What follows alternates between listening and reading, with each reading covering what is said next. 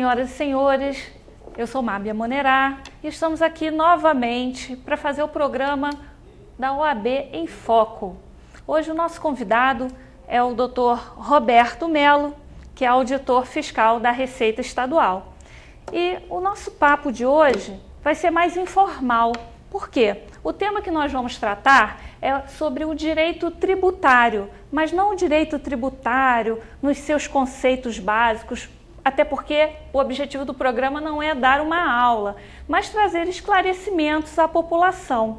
Então hoje nós vamos discutir sobre o direito tributário, como ele influencia no nosso dia a dia, como ele influencia no exercício da cidadania. Será que ele tem a função social? Normalmente, quando nós temos de pagar um tributo, nós sempre, sendo sinceros, reclamamos. Poxa, será que esse tributo está sendo devidamente utilizado? Será que eu vou ter o retorno na saúde, na educação? Quer dizer, esse questionamento faz parte do nosso dia a dia, né? Mas o outro lado dele, o porquê, a origem daquele tributo, qual o seu objetivo primário e como que nós podemos fazer também para fiscalizar. Então, a nossa meditação hoje, ou reflexão sobre o direito tributário, é nesse sentido, doutor Roberto? Bom, e para iniciar o nosso papo, o doutor poderia esclarecer uma coisa que nem todos conhecem o conceito correto, do que é um tributo. Bom, olha só, para a gente explicar de maneira simples, para todo mundo entender, eu quero fazer assim, uma comparação e um paralelo com condomínio. Todo mundo sabe o que é um condomínio, A maior parte das pessoas mora em prédios ou condomínios de casa. Então, o tributo é exatamente uma cota de condomínio. Só que esse tributo, ao invés de ir para as pessoas daquele condomínio, que vai ser administrado pelo síndico, esse tributo vai para os cofres ou do Estado, ou do município, ou da União, para financiar, teoricamente, coisas que beneficiam a população como um todo. Então, assim, o tributo é o condomínio de nós como cidadãos, é o condomínio do cidadão. Esse é um conceito, claro que não é um conceito jurídico, nós não estamos aqui para isso, mas o tributo é uma cota de condomínio. E aí o gestor desse condomínio, do ponto de vista aqui do município, é o prefeito? É o prefeito. Então, se a gente paga o tributo ao município, a gente deve querer que o prefeito utilize bem esse recurso. Da mesma forma que você, no seu condomínio, você fica de olho lá no síndico, o que ele está fazendo com o seu dinheiro. Então, a participação nossa em todo esse processo é igualzinha no condomínio. Se você não vai à reunião de condomínio, não adianta depois reclamar. Isso não é novo, doutor Roberto? Porque a participação da população com uma cota de contribuição antiga, da época dos reis, isso dos feudos. Olha, bom, a participação da população para financiar o Estado, ou até antes da existência formal do Estado, para financiar lá o senhor feudal, isso sempre existiu. E naquela época era muito pior, porque faltava dinheiro, o senhor feudal entrava, invadia lá a terra daquele servo e dizia assim, olha, eu quero 80% da sua produção, e o cara calava. Então, o tributo é uma evolução. Por quê? Porque só pode ter tributo com lei. Então, só existe tributação com lei. E aí entra aquela história da cidadania que nós estamos falando. Quem é que faz lei? É o vereador, é o deputado estadual, é o deputado federal e é o senador.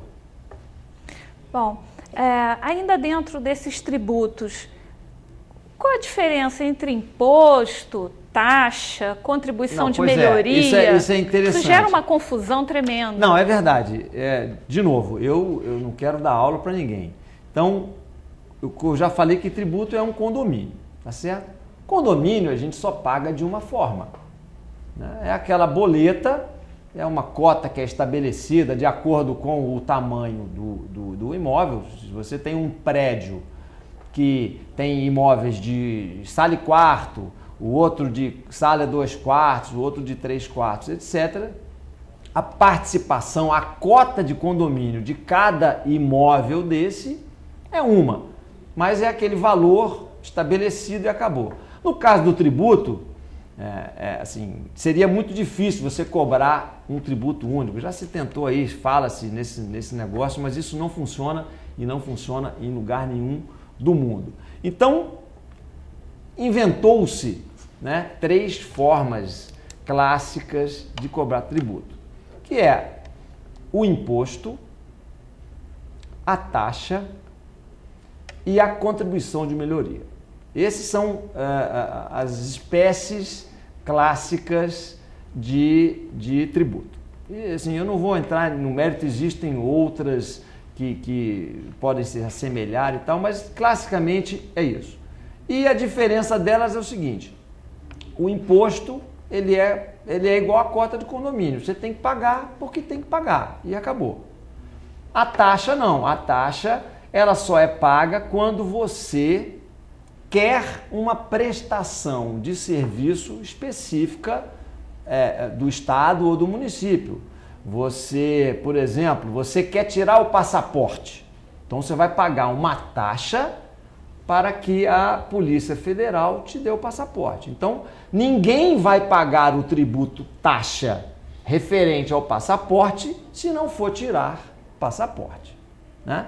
Bom, a outra espécie de tributo é interessante, eu estava conversando com a doutora Amália, porque é o tributo mais justo que existe. E é muito pouco, ou ouso dizer que não é utilizado aqui no Brasil, que é chamada contribuição de melhoria. Antes de contar o que é isso, eu vou contar a história de como surgiu isso. Isso na Inglaterra, isso já tem muitos anos, quer dizer, muitos anos, eu digo 500, 600, 700 anos. Havia um pedaço lá das terras lá da Inglaterra que todo ano enchia e estragava a colheita, estragava tudo que estava lá. Alguma coisa semelhante com a que a gente tem aqui, que nós tivemos recentemente e tal. Mas assim, era todo ano aquelas terras eram inundadas, porque é época das chuvas, o rio enchia, inundava as terras, estragava a colheita de todo mundo. Então, o Estado, naquele momento, resolveu fazer uma obra. E essa obra acabou com as enchentes naquelas terras específicas.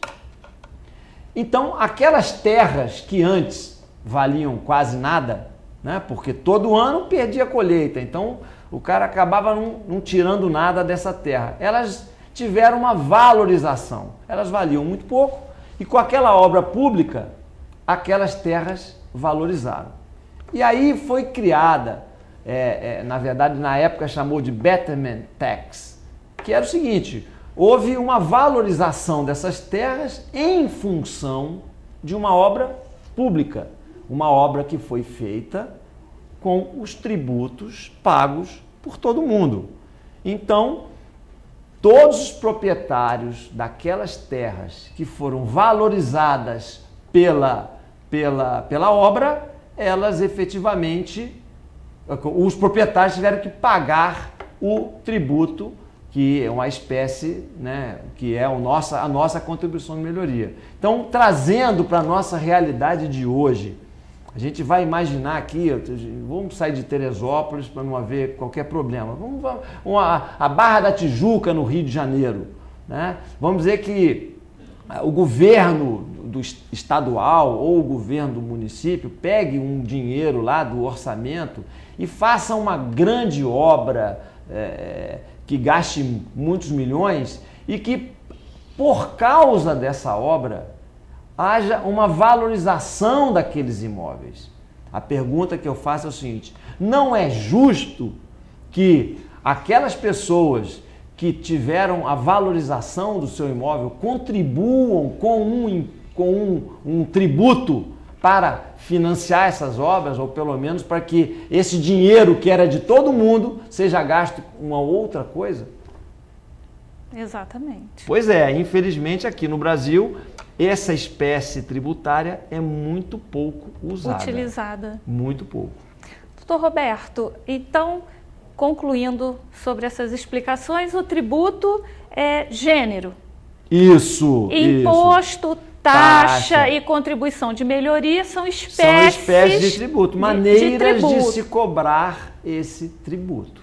Quanto ao imposto, o nome até já diz, né? Claro, Ele é imposto, é obrigatório. Não há qualquer vinculação com nada. Exatamente. Por exemplo, IPVA, IPTU. Não, isso. Na verdade, os impostos têm essa facilidade. De maneira geral, o próprio nome dele já fala.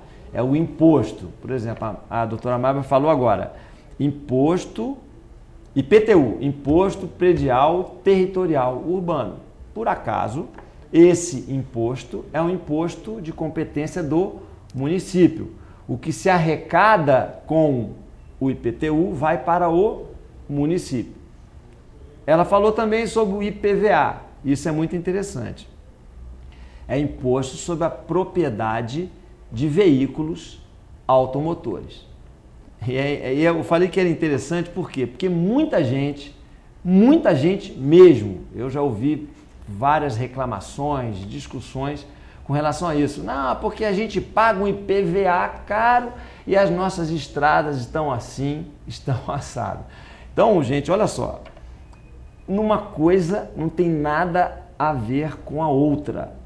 As pessoas confundem um pouco porque antes da existência do IPVA, existia uma taxa rodoviária única, que não vamos entrar no mérito, ela acabou sendo considerada inconstitucional e ela deixou de ser cobrada. E, talvez coincidentemente, surgiu aí o imposto sobre a propriedade de veículos automotores. Então, o imposto é sobre a propriedade, não tem nada a ver com a rua e com a estrada, com as condições dessas pistas. Não tem nada a ver. Então, a administração e a manutenção das estradas não deriva especificamente de um determinado imposto. Não existe. Não, essa é a característica do imposto. Tudo que se arrecada de imposto vai para, tipo, um caixa único, que será gasto de acordo com as prioridades do governo. E aí a gente entra com aquela história que alguns governos existem, né? Aquela discussão prévia do orçamento com a população, é o tal do orçamento participativo. Não estou aqui fazendo propaganda disso, mas eu acho que quanto mais a população participa das discussões de como gastar o tributo, né, o tributo arrecadado, certamente mais justo será esse dispêndio, né? Mais serão atendidas as pessoas que precisam mais, eu imagino. Doutor, esse imposto, né, o IPVA, ele é devido sobre todos os veículos automotores? Não, ou existem alguns questionamentos aí? É claro, olha só, gente, eu já falei que imposto tem a ver com lei. A lei é que diz como é que vai ser cobrado o imposto, né? Porque, na verdade, o tributo, o imposto, taxa, contribuição de melhoria, etc. Mas é bom deixar claro aqui que o fato de ser legal, de estar na lei, não necessariamente significa que é justo, né? Ser justo ou não é um outro conceito e assim a participação popular torna isso mais justo. Por exemplo, o objetivo no final desse programa, desse debate sobre tributo, é no fundo que a população comece a entender um pouco mais desse assunto, né? Para que assim possam votar melhor, votar em candidatos comprometidos com em fazer uma legislação mais justa, que atenda mais às pessoas que tenham mais necessidades. Por exemplo, em relação ao que a doutora Amábile falou agora, só para vocês terem uma noção. Por exemplo, um veículo com mais de 15 anos, ele não paga IPVA mais. Porque na lei estabelece que com mais de 15 anos de uso, aquele veículo automotor não paga mais IPVA. Muito bem, sob o meu ponto de vista, isso é injusto, porque eu vou dar um exemplo aqui para vocês terem noção. Um veículo, por exemplo, um veículo Gol do ano de 2000. Eu não sei quanto vale esse veículo, mas vamos dizer que ele valha 8 mil, 10 mil reais, não sei, não importa. Esse veículo, ele paga IPVA. Eu quero lembrar que IPVA é imposto sobre a propriedade. Em compensação, uma Ferrari, um carro caro de 16 anos de uso, vou botar de 20 anos de uso, né, que está lá em 1992 e tal, que pode valer 20 mil, 30 mil, 40 mil, não paga IPVA mais. Então, a decisão legal de estabelecer um critério de tempo, para mim, não é o mais justo, sob o meu ponto de vista. E tem outros aspectos também, que eu já tinha até conversado com a doutora Amábile. Fala. Eu vou te interromper um pouco, que Sim. A gente vai para um breve intervalo e volta já já falando desse assunto. Okay. Não saia daí.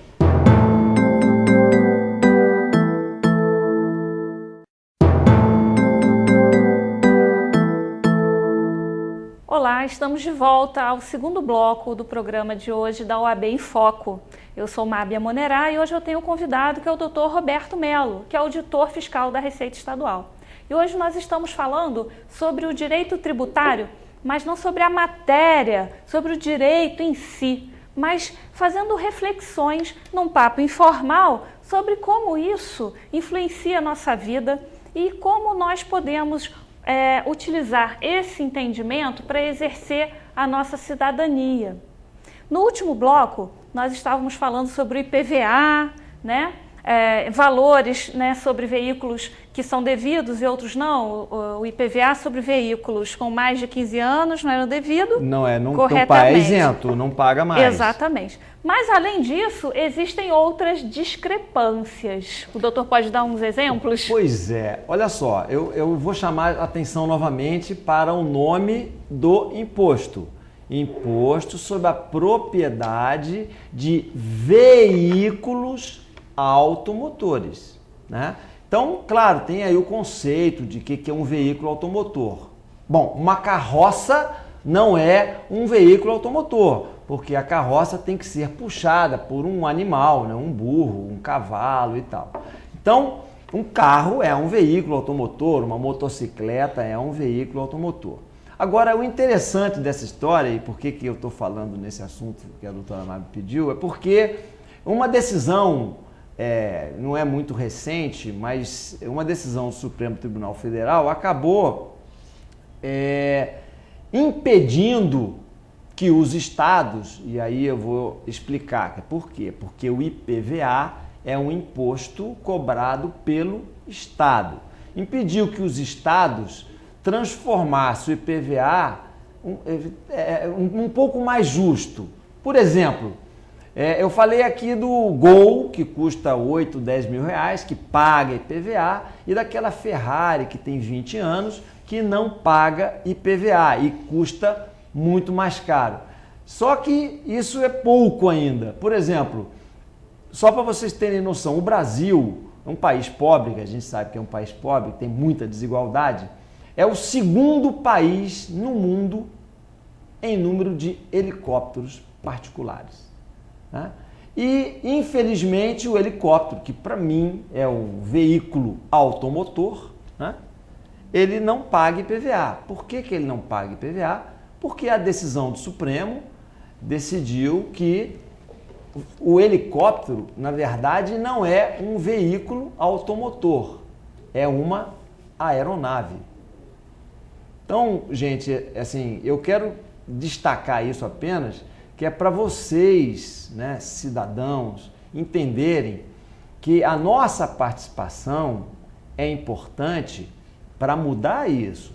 Na hora em que um candidato a legislador, você vai discutir com ele, olha, peraí, você quando chegar lá, você vai fazer o IPVA ficar mais justo ou não. Então, assim, essa é uma discussão que sempre vai cair na cidadania. O exercício da cidadania é que vai fazer que o nosso imposto, que a nossa legislação seja mais ou menos justa.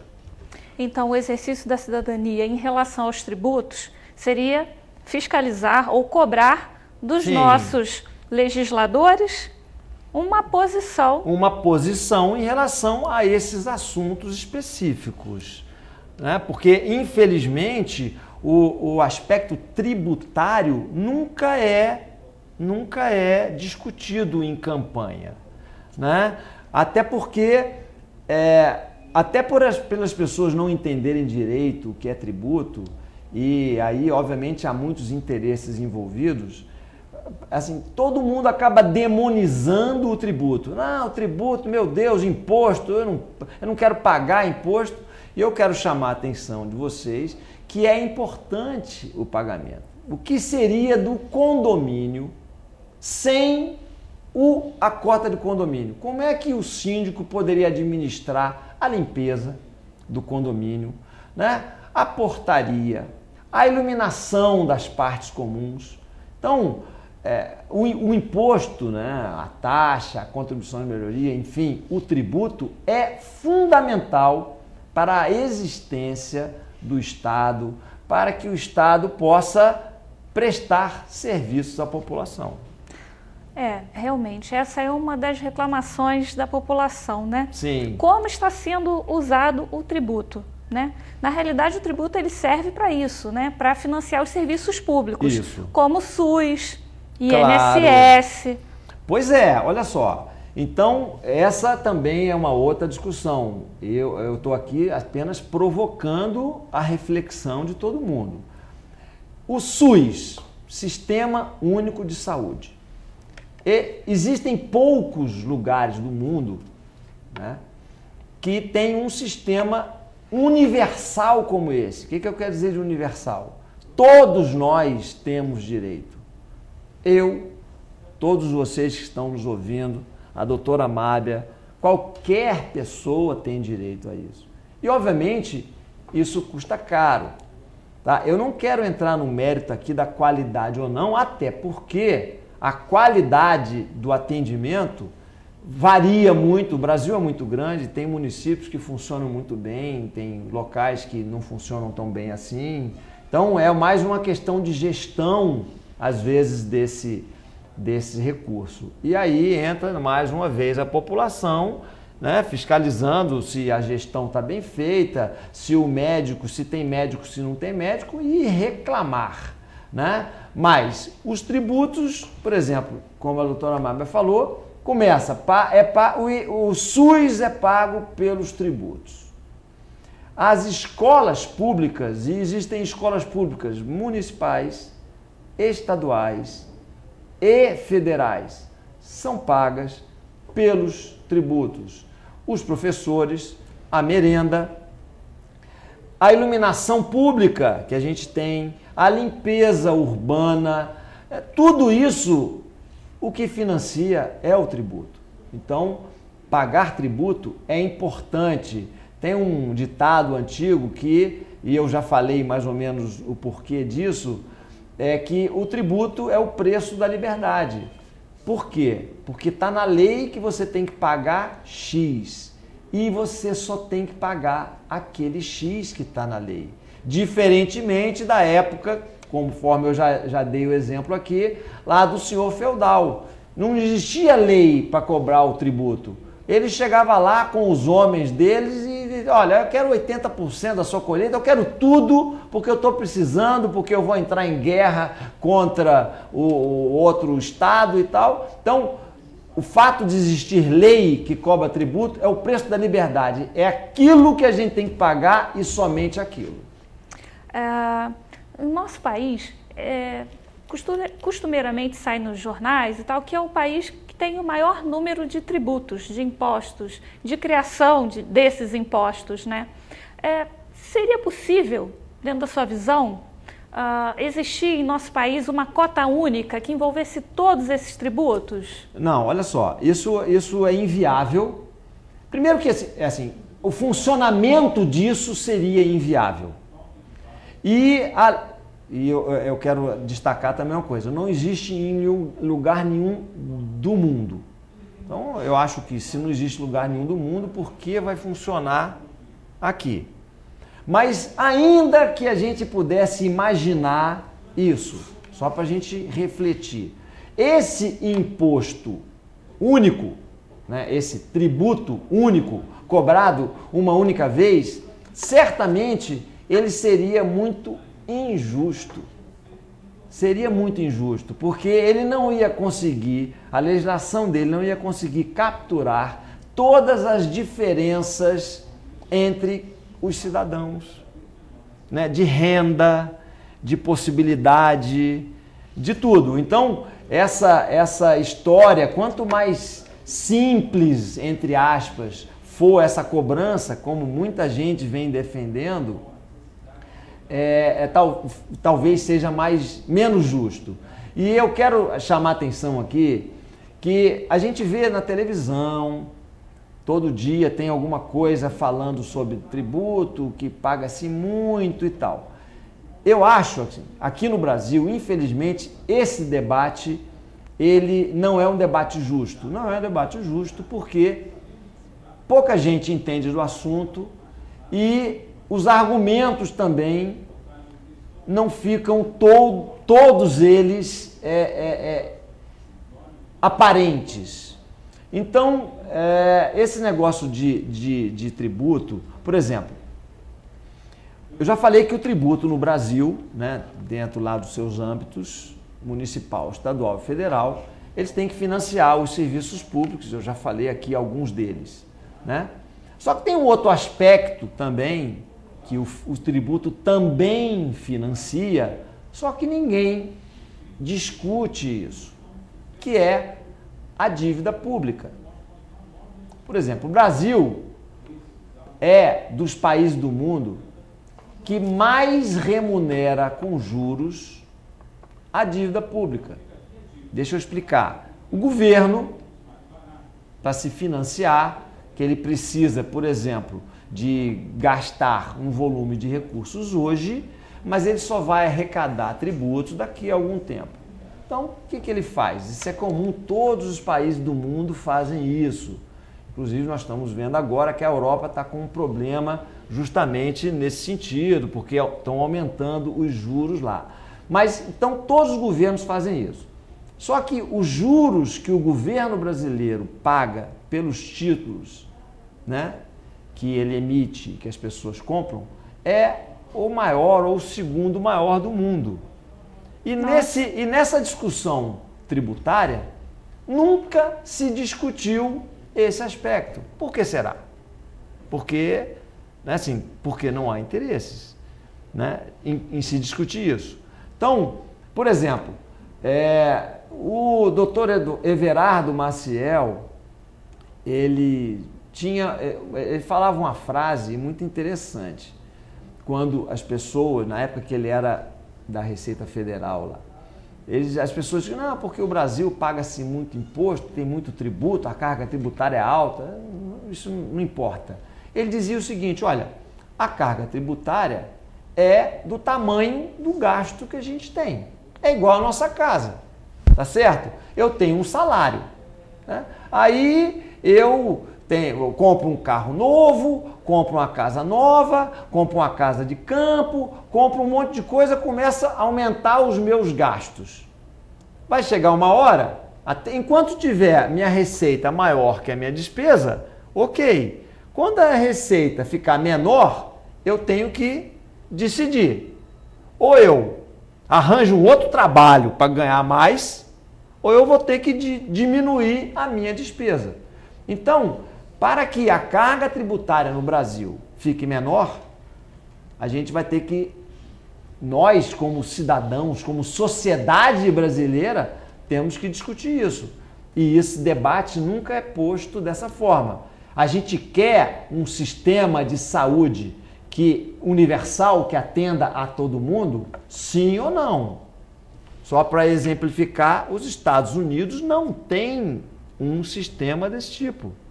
O presidente Obama, uma grande discussão dele lá no Congresso recentemente foi que ele queria implantar um sistema desse para atender o pobre, né?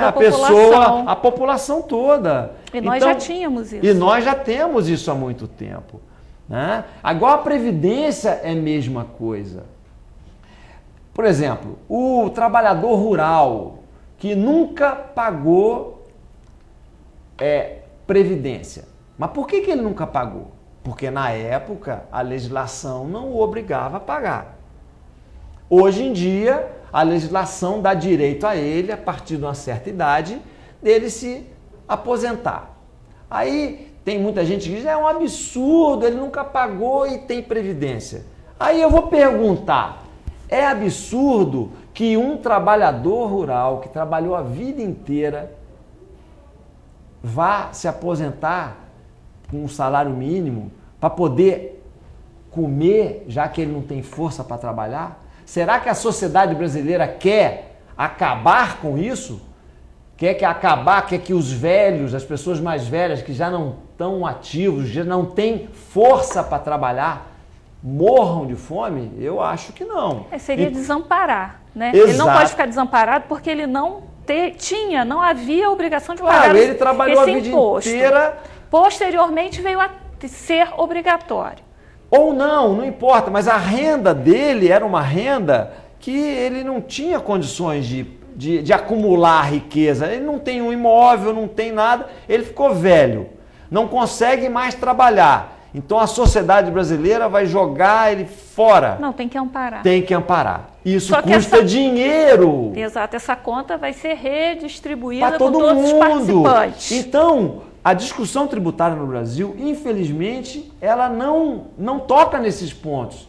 Vamos rediscutir a sociedade. O que a gente quer? Nós queremos amparar os doentes, amparar os velhos, amparar as pessoas que precisam ou não deixa morrer? Essa é a discussão. E uma outra discussão também, que nós podemos falar no próximo bloco, é como gerir isso. Que acho que o problema maior advém daí, concorda? Não, também, claro. A origem do tributo tem uma explicação, que é para financiar uma série de serviços. Mas eu acho que o grande gargalo é na hora da gestão, da distribuição, que aí passa pela mão dos governantes. Sim. Despreparados muitas vezes. E a gente volta para aquela discussão da fiscalização. Bom, vamos a um breve intervalo e a gente volta já já falando sobre esse assunto. Não saia daí.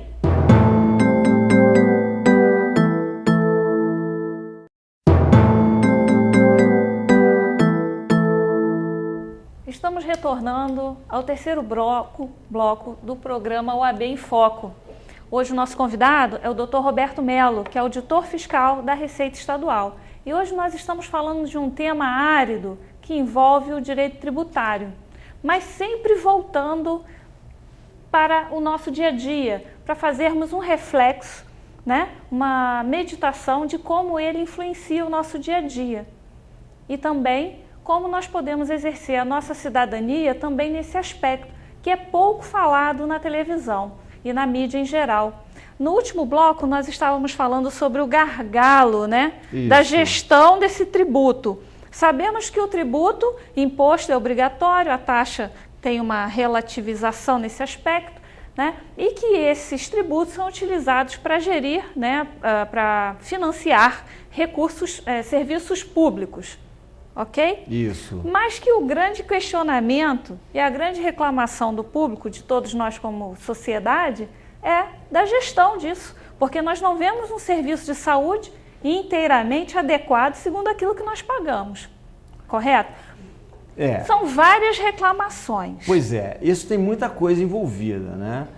Quer dizer, na hora da gestão, do orçamento, né, que é o tributo que entrou nos cofres públicos, aí entra muita coisa que infelizmente não está, por enquanto, sob o controle da cidadania. Entra a corrupção, que vai para o ralo muita coisa, né? É o gestor despreparado, né? Infelizmente não há assim, nenhum pré-requisito para a pessoa ser um gestor público, né? Ser um prefeito, ser um vereador, pessoas completamente despreparadas, sem nenhuma formação específica. Isso é muito interessante, porque para você ser um advogado você tem que estudar 5 anos. Para você ser um médico, você tem que estudar 5 anos, mais 1 ano de residência. Isso. Para ser político não precisa ser nada, absolutamente nada, né?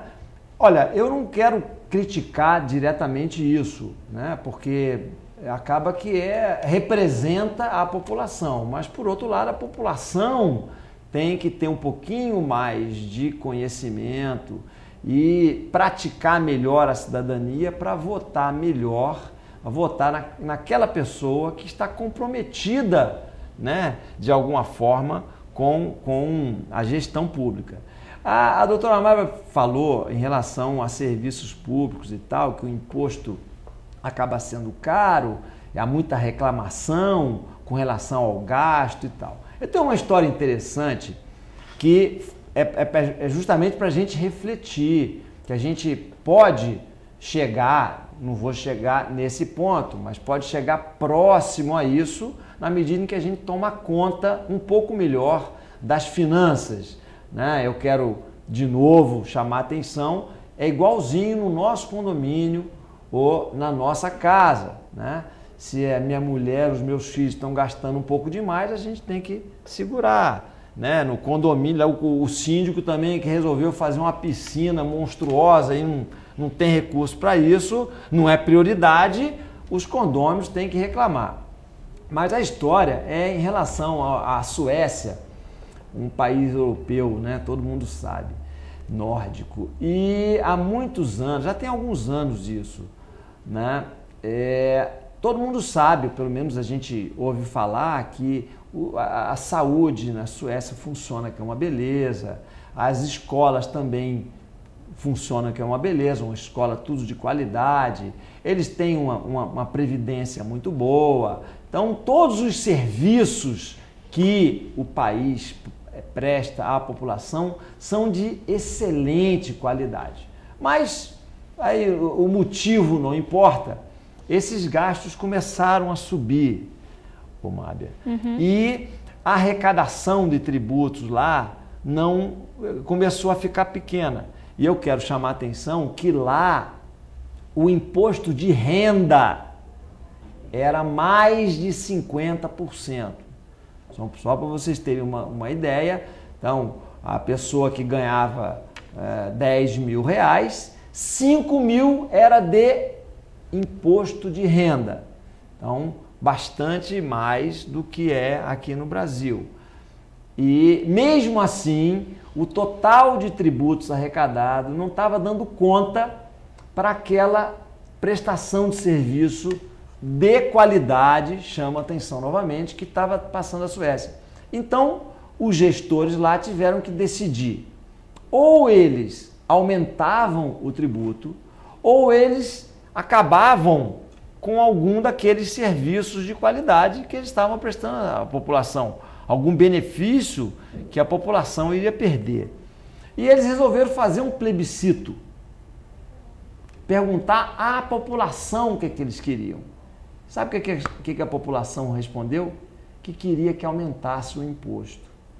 Então, para poder manter aquela escola, aqueles benefícios todos que eles tinham. Saúde, né, perfeita. Exatamente. Então, eu vou fazer aqui, só chamar a atenção, por exemplo, eu tenho plano de saúde, meus filhos estudaram na escola particular. Por quê? Porque eu entendi que a qualidade não era tão boa assim, até eles não estudaram, a maior parte do tempo não foi aqui em Teresópolis e tal, mas Eu preferia, sinceramente, pagar um pouco mais de imposto de renda, por exemplo, e não ter que me preocupar com isso, não ter que me preocupar com plano de saúde, com segurança, com um monte de coisa que a gente acaba gastando o nosso dinheiro com essas coisas e que lá não tem. Então, essa discussão tributária passa um pouco por isso também. Isso me faz recordar que, há alguns anos atrás, o ensino público era o melhor que nós tínhamos. E, há alguns anos atrás, nós também não tínhamos plano de saúde particular, né? Quando nós tínhamos algum problema, nós nos dirigíamos ao hospital público. Então, o ensino público era bom, o hospital público era bom. E, com o passar dos anos, nós evoluímos contrariamente. Esses serviços, eles deixaram de ser bons e os particulares começaram a crescer, né? Expandir. Então, hoje, se a pessoa não tem um plano de saúde, ela pode ser que passe sérias dificuldades, se ela não tiver... Depende do lugar, claro, né? Exatamente. Então, fazendo um comparativo com a vida na Suécia, né? Claro, é um país de primeiro mundo. Pequeno, a população né? pequena. É muito menor do que o Brasil, mas a título de exemplo. Então, o doutor disse que o imposto de renda lá é altíssimo, mas em contrapartida eles têm um retorno. Isso. Né? O retorno é o quê? Uma educação de qualidade, desde os 3 anos de idade da criança até o nível superior. E essa discussão tributária no Brasil não aborda todos os pontos de vista. É isso. O imposto está grande? Tá. Eu não vou dizer que é pequeno, mas por que ele é grande? Porque ele financia um sistema de previdência que é modelo no mundo inteiro. Porque não tem nenhum cidadão brasileiro desassistido a partir de uma certa idade. Qualquer cidadão brasileiro, a partir de uma idade que não trabalhe mais, mesmo que ele nunca tenha contribuído, ele vai ter direito a um benefício para a subsistência. Eu acho que isso é importantíssimo. Sim, nós temos bons exemplos, outros nem tanto. Mas nessa gestão do tributo, nesses aspectos que nós estávamos falando, da educação e da saúde, tem coisas que precisam melhorar urgentemente. Não, sempre. Agora, sobre o ponto de vista do cidadão exercer o seu papel de questionar, eu acho que Teresópolis deu um grande exemplo. Aprendeu um pouco, é verdade. Com a tragédia, as passeatas, os questionamentos da população, a reclamação, nós tivemos um resultado, né? Pois é, eu quero chamar a atenção que a doutora Amábia está falando. Isso é um exemplo de cidadania. Porque essas passeatas que a população de Teresópolis promoveu tiveram resultado. Por quê? Porque aquilo que foi pedido nas passeatas foi conseguido, né? Assim, talvez não na proporção que se quisesse, mas de alguma forma esse tipo de participação popular é importante. Por quê? Porque é só a população exigindo os seus direitos é que ela vai conseguir. Por exemplo, imposto, taxa, contribuição de melhoria, enfim, tributo. Infelizmente, existem maneiras de você cobrar tributo e que tem pessoas que pagam e que não sabem que pagam. Interessante. Então, quando a gente... É aquele negócio, tem um ditado antigo, cavalo dado... Não se olha os dentes. Então, muitas pessoas que não sabem que pagam tributo, acham que aquilo que ela está recebendo, né, o SUS ou o benefício, é o político que está dando. Não é. Ela tem direito porque ela paga o tributo. Só para vocês terem assim, noção, existem 2 formas básicas de você cobrar tributo, né? Uma forma direta e uma forma indireta. Nós já falamos aqui do imposto de renda. É uma forma direta. É a forma direta. Ao longo do ano, a gente ofere renda. Eu com salário, a Amábia atendendo lá como advogada, com honorários, etc. No final do ano, quer dizer, no ano seguinte, a gente tem que fazer uma declaração de renda. Com essa declaração, você vai dizer, olha, eu ganhei tanto, e a legislação está dizendo, olha, quem ganhou tanto vai ter que pagar Tanto quem já descontou na fonte, aí tem aquela, às vezes descontou mais ou menos, tem que pagar uma diferença ou receber, e quem não pagou tem que pagar. Então essa é a forma direta de imposto de renda. Por exemplo, aquela pessoa que tem emprego fixo, né, e que recebe contra-cheque, se ela tem uma renda que entra na faixa de pagar imposto de renda, o empregador já é obrigado a recolher uma parte disso. E depois tem que informar que recolheu para no final do ano, quer dizer, no início do ano seguinte, o cidadão fazer a declaração de imposto de renda. Então, aqui no Brasil, eu não sei exatamente quanto que é, mas quem recebe menos de 2.000 e poucos reais por mês está isento de imposto de renda. Mas não significa que essa pessoa não pague imposto. Muito pelo contrário, ela paga muito imposto. Por quê? Porque em tudo que a gente compra tem um imposto embutido.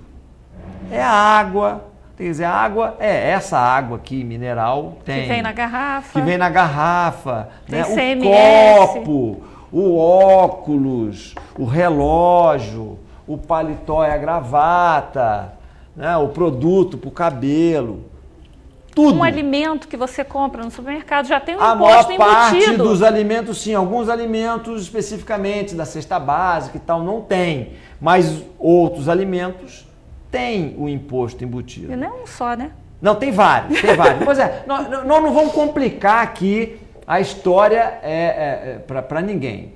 O que eu quero dizer, o que é importante ficar destacado, é que em tudo que se compra tem um imposto que já está embutido no preço. Então tem uma história interessante, Mábia, de uma pessoa de baixa escolaridade, né, que não tinha muito estudo, que infelizmente tinha uma renda inferior à renda mínima para pagar imposto de renda, e ela falou assim com o patrão, com o chefe dela, esse negócio de imposto, de tributo, esse negócio é muito complicado. Ainda bem que eu não pago imposto. Coitada dessa pessoa, né? Está enganada. Porque ela, veja só, ela já tem uma renda pequena, porque se ela tivesse uma renda maior, ela ia ver o desconto do imposto de renda lá no contra-cheque dela. Mas como ela tem uma renda pequena, então por acaso ela não paga o imposto de renda. Mas, por exemplo, ela acende a luz na casa dela. Na luz que você consome, tem imposto. Olha, telefone celular. Todo mundo hoje tem telefone celular. Todo mundo. Todo mundo que usa telefone celular paga imposto. A cada ligação paga imposto. E é caro, não é barato. Entendeu? É mais caro do que o imposto de um alimento, às vezes. Então, as pessoas pagam o imposto sem sequer saber que pagam. E esse é o grande problema. Porque quando você não sabe que paga, você acha que é tudo que é dado pelo Estado é dado, é doação, que você não tem direito. Mas tem direito, sim. Mas tem direito. Você é cidadão, você paga imposto. Qualquer pessoa paga imposto. Porque as pessoas comem, as pessoas usam eletricidade. Então, em tudo isso está embutido o imposto. Muito interessante. Nós vamos fazer um breve intervalo e a gente volta já, falando ainda sobre desse assunto, né? Outras formas de que você pode fiscalizar a gestão do tributo. Não saia daí, voltamos já.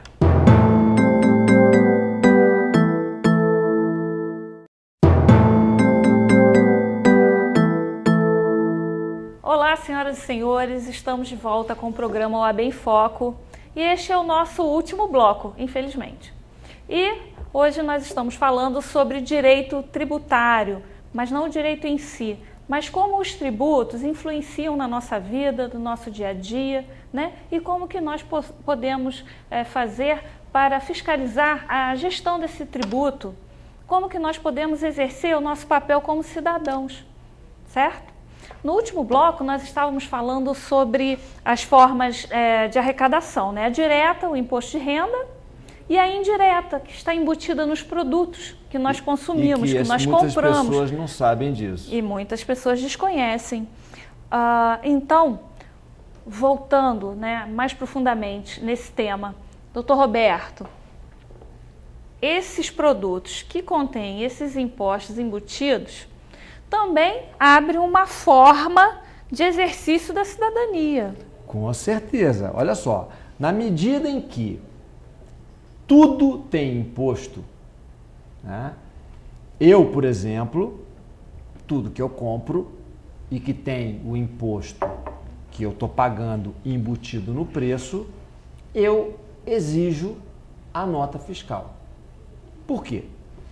Porque na hora em que eu exijo a nota fiscal, aquele produto vai sair com nota e aquele preço que está lá com o imposto embutido, no final do mês, a loja onde eu comprei, ela vai fazer lá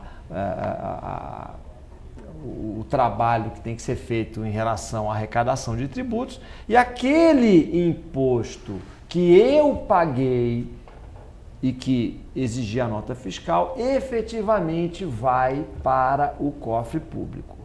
Então, o documento fiscal, a nota fiscal, é aquele cupomzinho da impressora fiscal ou aquela nota de papel. É uma outra forma, vamos dizer assim, formiguinha, do cidadão exercer a cidadania.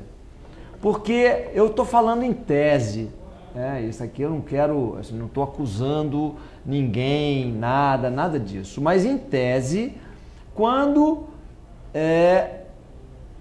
uma determinada loja, um estabelecimento qualquer, não emite nota fiscal dos produtos que vende, e não só do que vende, mas da prestação de serviço também, né? Que prestação de serviço, o ISS é um outro imposto do município. Mas então, generalizando, um estabelecimento qualquer que realiza uma atividade comercial, né, de venda ou de prestação de serviço, primeiro que ela é obrigada a emitir essa nota fiscal. Mas se ela não emite essa nota fiscal, esse dinheiro que o cidadão pagou, ele não será computado na contabilidade da empresa. Vai acabar virando o famoso Caixa 2. E por que eu estou chamando a atenção que isso é tão importante? Porque, não tenho dúvida, a corrupção ela passa pelo Caixa 2. Quer dizer, o Caixa 2 é o pai e a mãe da corrupção. Porque ninguém dá recibo de corrupção, né? Então, uma empresa, por exemplo, que emitisse a nota fiscal de todos os produtos que saíssem, ou de todas as prestações que ela fizesse, toda aquela nota fiscal teria que estar escriturada lá no livro, contabilizada direitinho. Então, não ia sobrar espaço para que um mau, né, empresário, para que um péssimo cidadão, né, empresário, pagasse propina para ninguém, porque ele não ia poder tirar da contabilidade dele aquele dinheiro que entrou regularmente, que está lá contabilizado.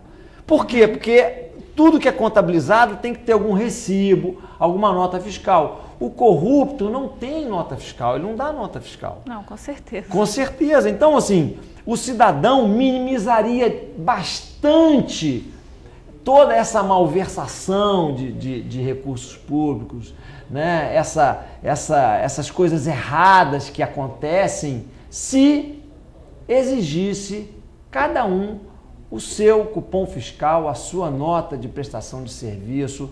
Não estou falando geral, é o recibo do médico, é o recibo do dentista, é geral, eu digo assim, formalizar, tornar formal a nossa economia.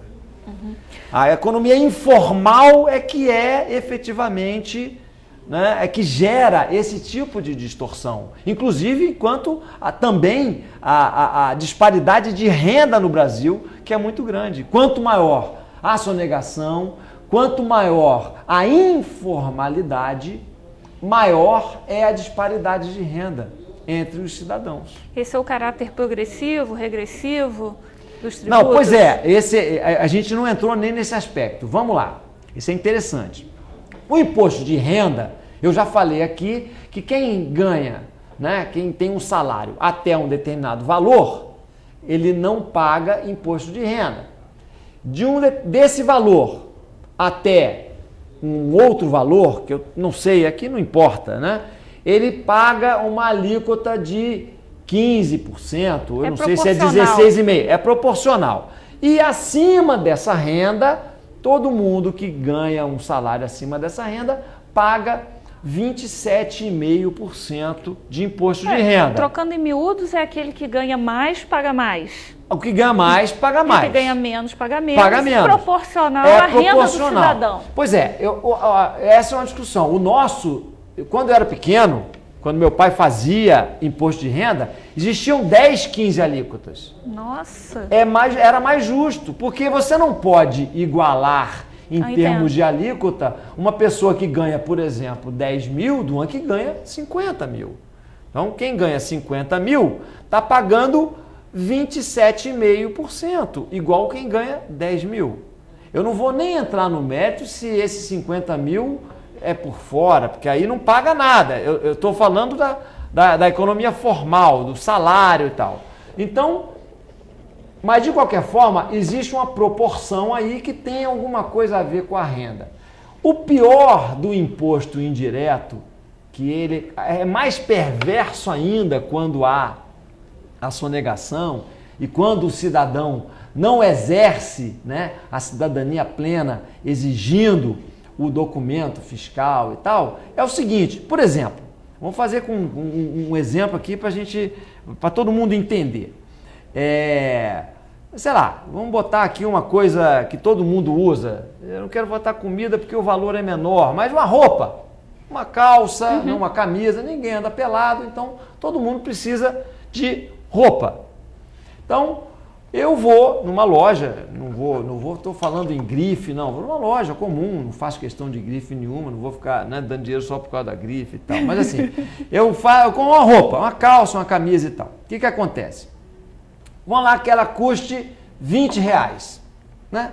Uma camisa simples, uma camisa de malha, R$20. Vamos dizer que tenha de imposto embutido nela lá 20%, só para a gente, efeito da gente fazer conta. 20% de R$20 é R$4. Né? Então, dentro dos R$20 que eu paguei por essa camisa, são R$20. Então, eu tenho uma renda razoável, boa. Né? Então, esses R$20, esses R$4, em proporção à minha renda, é muito pouco. Mas uma pessoa que ganha salário mínimo e que precisa se vestir tanto quanto eu, se ela vai comprar essa camisa que custa R$20, ela vai pagar os mesmos R$4. Então, R$4 para uma pessoa que ganha salário mínimo é uma proporção muito grande.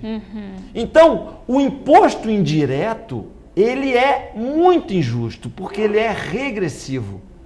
Entendi. Entendeu? Então, se a pessoa não pede, ela está contribuindo para a sonegação, contribuindo para a corrupção, contribuindo para o Caixa 2, e o que é pior, quer dizer, contribuindo para que o sistema continue injusto.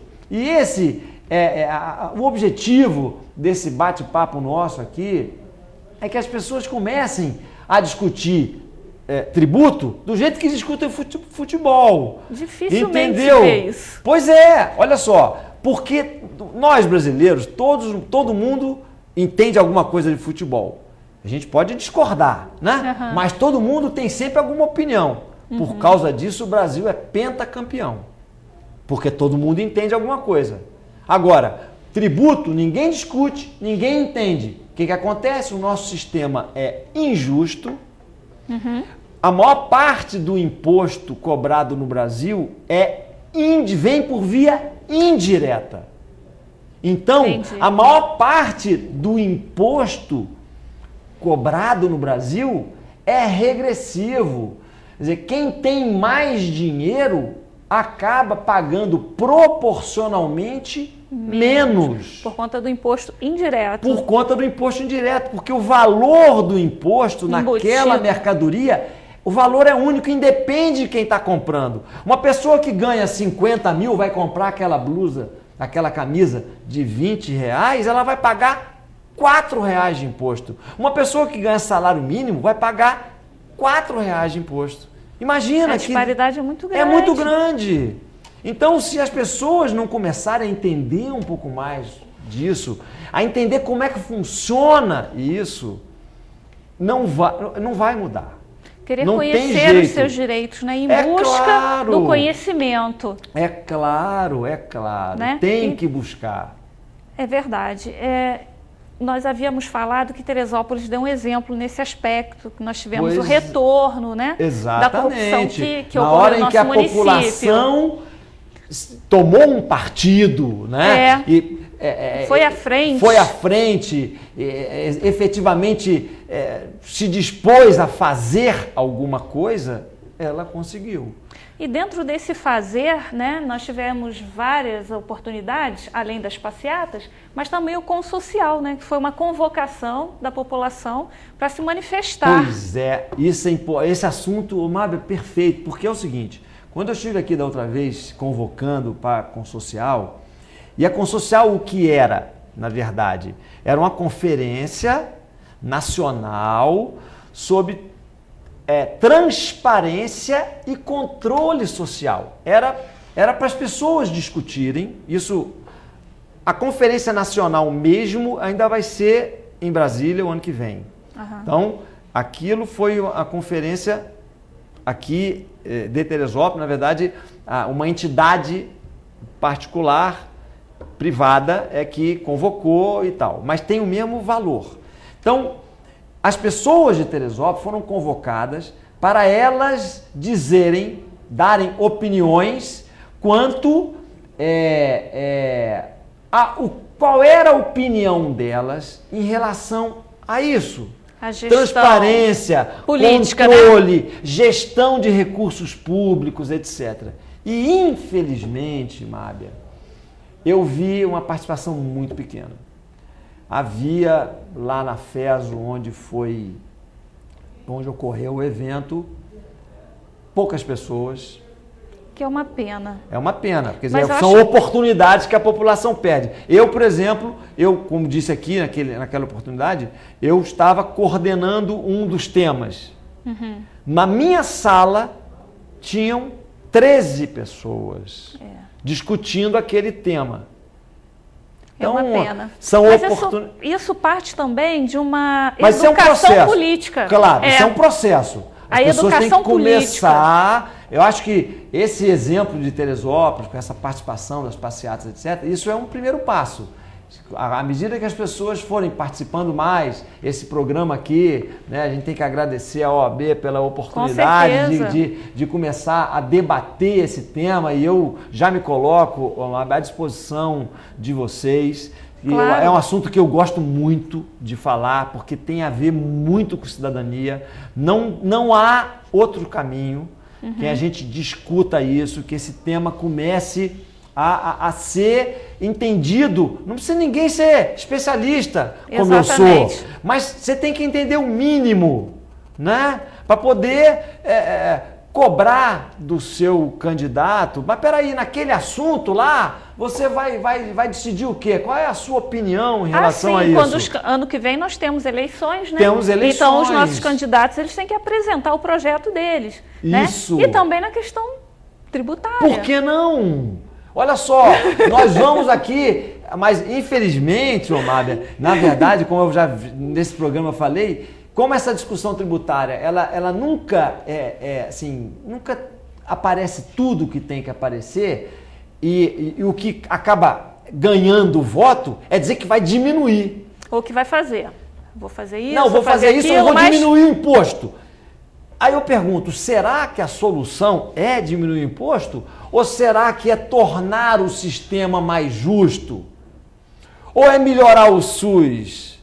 Ou a gestão do tributo? Ou é a gestão do SUS? Entendeu? Então, assim, eu acho, de qualquer forma, todos esses assuntos são permeáveis, são assuntos que, no fundo, é uma coisa só. É tornar a nossa vida em sociedade melhor. Exato. Não é e esse isso? é o objetivo do programa, né? Hoje nós falamos sobre o direito tributário, né? Como ele influencia o nosso dia a dia.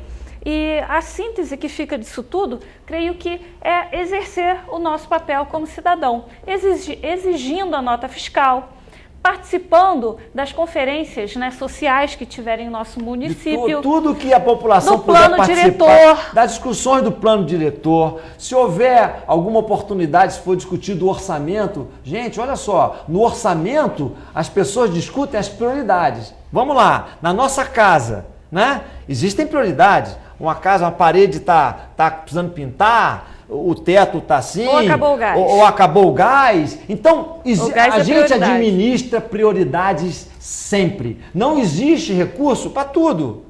Então, a discussão do orçamento é o quê? A prioridade qual é? É asfaltar a reta ou consertar lá o perpétuo? Sei lá, estou aqui chutando, não sei, não importa. Cuidar do hospital. Ou cuidar do hospital, abrir um hospital, abrir... Então, assim, as prioridades são discutidas nesses eventos. E a população tem que começar a participar dessas discussões. Porque a prioridade, para mim, pode não ser a prioridade para uma outra pessoa de outro local. Exatamente. Agora, se essa outra pessoa do outro local não participa, qual é a prioridade que vai prevalecer? A minha. Então, se não há participação popular numa discussão de orçamento, quais são as prioridades que vão prevalecer? A dos vereadores? A do prefeito? Então, isso é importante, gente. É igual condomínio. Vai construir a piscina ou vai consertar o elevador que tem 25 andares, entendeu? Ou está faltando água porque não pagou a conta de água. Qual é a prioridade? Construir a piscina? Se ninguém for lá, na reunião do condomínio, o síndico, ele é maluco, né? Ele gosta de nadador lá, ele vai construir a piscina. E pois depois não adianta discutir. Esse exemplo do condomínio, né? Dessas reuniões, né? Assembleia de condomínio, né? Equiparativamente, né? Comparativamente, há uma sessão pública dos vereadores, né? Os vereadores fazem sessões e poucas pessoas frequentam. As pessoas têm que aprender. Isso é um processo educativo político. Infelizmente, a gente pode ver, eu certamente estou falando para muitas pessoas que vão concordar comigo. Quantas vezes a gente não vai à reunião de condomínio? A gente, assim, eu vou sempre, né? Porque é o meu que está sendo colocado lá, mas muita gente não gosta de ir. Ah, aquilo é muito chato. Eu concordo que não é muito agradável. É melhor ficar, né, ouvindo uma música, né, batendo um papo, tomando banho de piscina, mas eu acho que é importante, porque se a gente não participar, a gente acaba pagando apenas o preço. Ou deixando que outros falem por nós. Exatamente, com prioridades diferentes. Então, esse foi o nosso tema.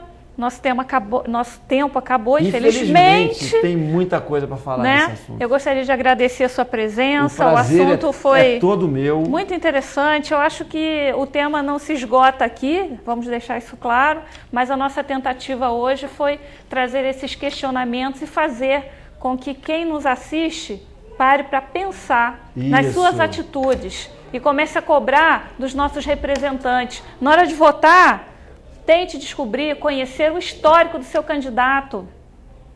Veja, tente conhecer os seus pensamentos políticos, os seus projetos.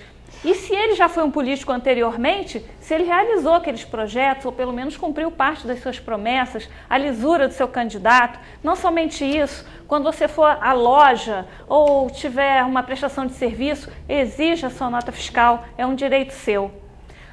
Muito obrigada, doutor. Mais uma vez, eu que agradeço e, assim, só posso corroborar com o que você falou.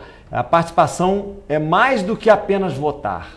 No dia a dia, a gente tem que participar. E uma das formas é exigindo o seu documento fiscal em tudo Isso que você aí. adquire. Muito obrigada.